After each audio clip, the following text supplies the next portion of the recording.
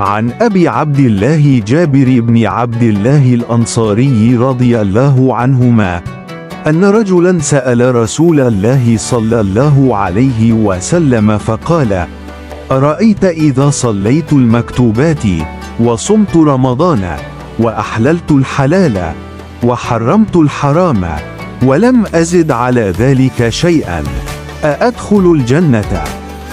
قال: نعم.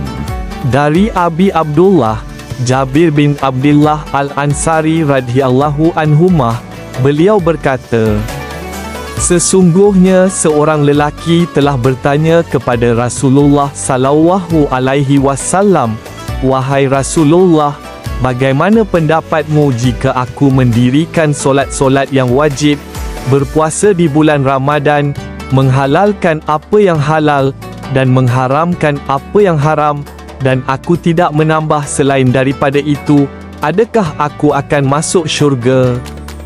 Baginda sallallahu alaihi wasallam menjawab, ya.